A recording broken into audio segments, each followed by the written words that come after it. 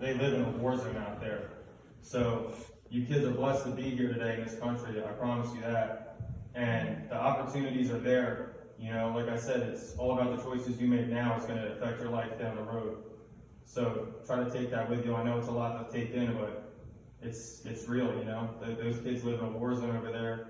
They're happy. They see us and they're happy that, you know, we're trying to build schools there and stuff for them. But it's difficult because the situation that they're in, I mean, they're in a war zone. So you guys are definitely blessed to be here and have people like Fred that look after you guys and have your best interest at heart and have stuff like Rancho where you guys can come here and be taken care of and get education and schooling that you guys need. Anybody else got any questions? How difficult is training? For the military? It's difficult at first. My first year in the military was probably the hardest because I wasn't used to being away from my family. I wasn't used to not being able to just pick up a phone, you know, and call my mom and dad. But like I said, a lot of the verses that I shared today were verses that my mom sent me. She would mail me little post-it notes with the verses in it. And those verses I would read, and they would help me get through all the training and you know, the difficult times just being away from my family for the first time ever for a long time. And I was gone for 6 years before I finally came back home for good. I mean, I visited here and there, but it's difficult, but it's worth it. Basic training is what, 9 weeks? Yeah, basic training, your initial training is 8.5 weeks long, 2 months. So once you get through the basic training, it's just like a job. You go to Yeah, work. you just go to work. I And, don't think it's like a year. yeah. The first year is you got basic training, which is 2 months, and that's, you know, you're getting yelled at and stuff. They're mentally preparing you for war. But once that's over, then you go to school, and they're going to teach you your job. So for me, I was an aircraft mechanic. I worked on planes. So I went to school to be an aircraft mechanic, and it's all free. You know, they taught me how to work on airplanes, and that was my job, and that's what I did. And then I got more into the management side of it, and I was doing more airfield operations, just managing aircraft and the movement and the work being done on them to make sure that they're flying the missions on time. So that way the troops on the ground are getting everything they need, whether it's air support or supplies, whatever. But, you know, the first couple months is the hardest, and once you get through that, it's fun. I mean, I enjoyed it. I had a lot of fun out in California once I got over the fact that I was away from home and just had to get used to being out, you know, in a different state. But I loved it, and you know, I don't regret it. And they paid for my college, and they're going to pay for me to get another degree. So it's definitely a good option for some people that are thinking about it. Go ahead. Did you climb that tower thing in basic training? Tower thing. They have like an obstacle course that we climb through. You're talking about the one with the ropes on it? Yeah. So yeah, that's part of the obstacle course that we do. My mom said she wasn't going to climb it. That's what she told her basic training officer. How many badges do they have? How many badges do I have? Like my medals? Yeah. Well, I just got 4 more, and I had 15, so about 20 now. Yeah. Nice of you. 19. Very good. Somebody go to school. That's why you don't want to sit in the back of class. And that's called your ribbon rack, the thing that you see that's got all the colors on it that you see military people wear. Nicole's a tech sergeant now, right? Tech sergeant? Yeah, well, so that. So in February, he passed the test to become an officer. So he become enlisted is one thing, and an officer is another thing. So in order to be an officer, you have to have a degree. So Cole wasn't always the best kid in school as far as reading and writing. But here's the thing with Cole. He was smart in other ways. He could take something apart, a motorcycle or whatever, and put it back together without directions. And so he was smart that way. You don't, just because you're not a great student doesn't mean you can't be intelligent in other ways. I wasn't a good student because of lack of application. I didn't There you apply go. myself in school like I should have. So his degree comes. When he was in Afghanistan, about a week before he came home, his degree came from the college that he went to school at. Okay? And what's on the degree? What's that say? Summa cum laude? Summa cum laude. Summa cum laude, which is Latin. That means he had a 4.0. That's like having an A+. Okay? And the best thing about the whole thing is when you go into the military, you get a GI Bill. So that was paid for by the government. Now, because he has extra money left over, he's going to pursue what they call an MBA, which is a master's in business. So he'll have a degree paid for by the government while getting paid by the government to go to school. These are the opportunities that are presented to young men.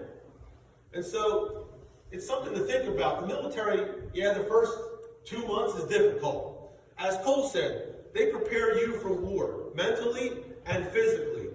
They don't want to send you over to Afghanistan and you get there and you go, I can't be here. No, listen, when you leave basic training, you are a warrior.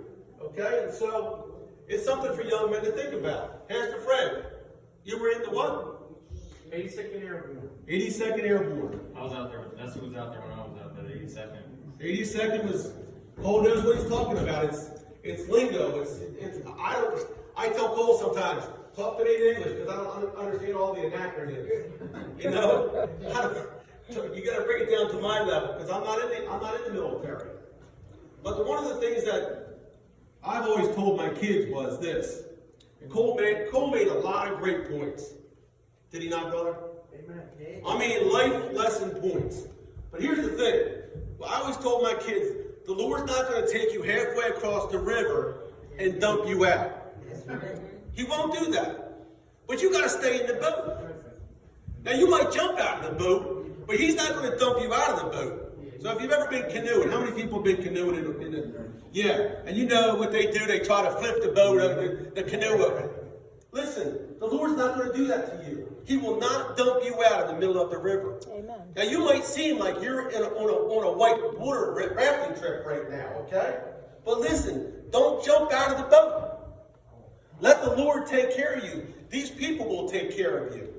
Just like Cole said, it was a trying time. I remember him calling me after what, 2 weeks? I let you have a phone, right? Yeah. He called me. I'm driving down the road. I haven't heard from my son for 2 weeks. He calls me on the phone. You know what his words were to me? Thank you for raising me the way that you did. Through tears. All right? And this guy, he got arms on him, okay? So for him to be crying a little bit, you know, it was in his heart, thanking me. And so all I can do is tell you, gentlemen and ladies, listen to what we're telling you. We're not here for ourselves. We're here for you because we care about you. Amen. Cole's in Afghanistan, okay? He carried it, 9mm on his side. What was on his side? M4. M4. Okay, I don't even know the gun he's carrying. Because I didn't talk. But go ahead. But that's it. But they were shooting at. There's people out there getting two people. How about the 2 guys that died? Died in a helicopter crash. And that's, you join, and when you join, you put your life on the line. He had a very safe job. He had a very safe job. He was a.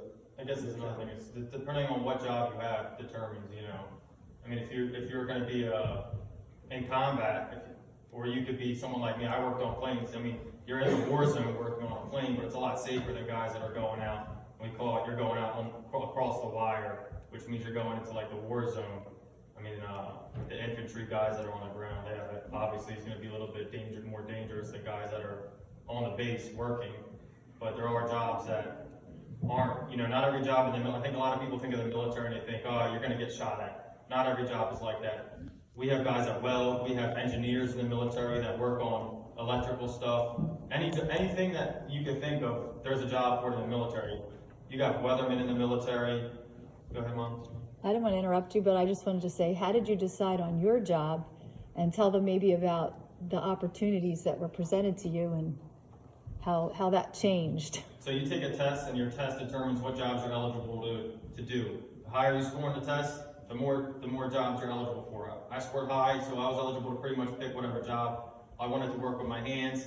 So they gave me a list of jobs working on aircraft, and I just picked about 5 jobs, and then out of those 5 jobs, when you get to basic training, they're going to tell you which one you got. I ended up being an aerospace technician, which is just a fancy word for a crew chief, which is someone that we worked on anything on the plane. So you have specialists that work on just the electrical part of the plane. You got hydraulics people that work on the hydraulics. You got engines guys that just work on motors. We worked on everything. We were like the joker, the jack of all trades. We worked on everything, and however knowledgeable you wanted to be was really up to you. If you wanted to go work with a specialist to learn more, you could, but it was up to you. The guys that were really good got to fly with the planes and make a lot of money. So you wanted to be knowledgeable in the job, so you could go fly. And those guys got to try, I mean, they've traveled around the world. I didn't want to travel like that. I didn't like traveling. I just wanted to be, where I like routine, so I didn't want to be flying all the time. But some guys loved it, and I have buddies that flew. I decided to go into the management side and be more behind the scenes and help the mission. So that was the route I took. But there's a lot of different avenues within your own job that you can do once you get in.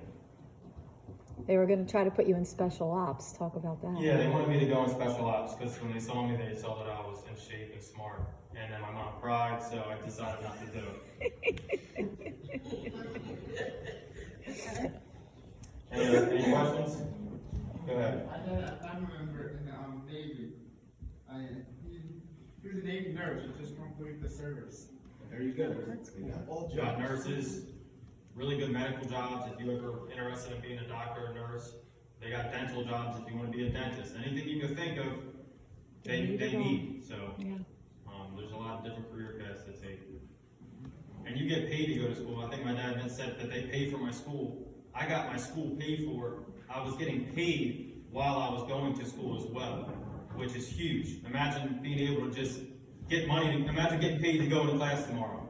And I was getting paid a lot of money to go to school, and it goes right in your pocket. So I didn't have to worry about working if I didn't want to. I mean, I still worked with my dad because, they're not gonna let me sleep at the house all day and not do anything. That's right. But I got paid to go to school. So, and when you get paid to go to school, it motivates you to get good grades. So, like I said, now that I'm older and I went back to college, I wasn't going to sit in the back of the classroom and not do good because I just spent 6 years of my life in the military to pay for my school. That's how you pay for your school, with your service. So I didn't want to waste the 6 years that I spent in the military and just, not get good grades, being lazy, after I spent all that time earning my money to pay for my degree. So, but yeah, you get paid to go to school. That's it? Any questions?